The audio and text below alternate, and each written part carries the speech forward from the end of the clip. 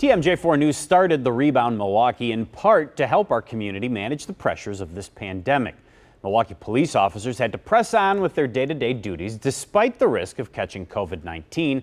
And the department's chaplain says recent protests and also the violence that we saw earlier this summer only piled more stress onto MPD. While most of Milwaukee sheltered in place this spring, the city's police officers remained out on patrol. It was a very proud moment for our officers to watch them work the way they did. Milwaukee Police Chaplain George Papachristou says the pandemic put police under added stress.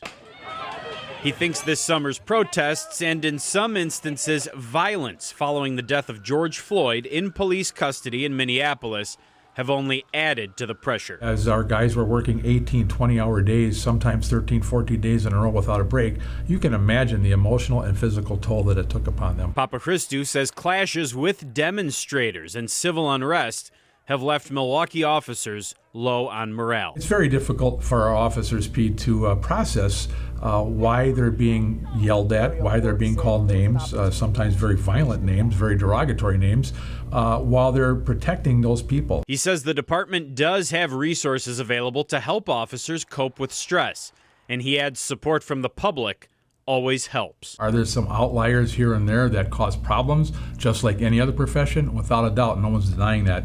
But right now there's a blanket being cast over the entire profession, and people are being lumped together, and that just doesn't seem fair to our officers. So here's your Rebound rundown. The pandemic, plus recent protests and unrest, have all contributed to a stressful summer at MPD. But an in-house psychologist is available to help officers manage the pressure. The department also offers peer support and faith support through its chaplain.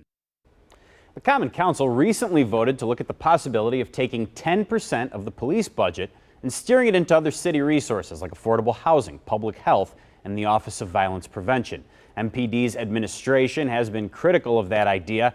I asked Papachristou about it. He said he thinks MPD could use that money on training programs to promote positive relationships with the community. Now, for more resources and stories on how you and your loved ones can manage the pressure these days, head to tmj4.com/rebound. We have the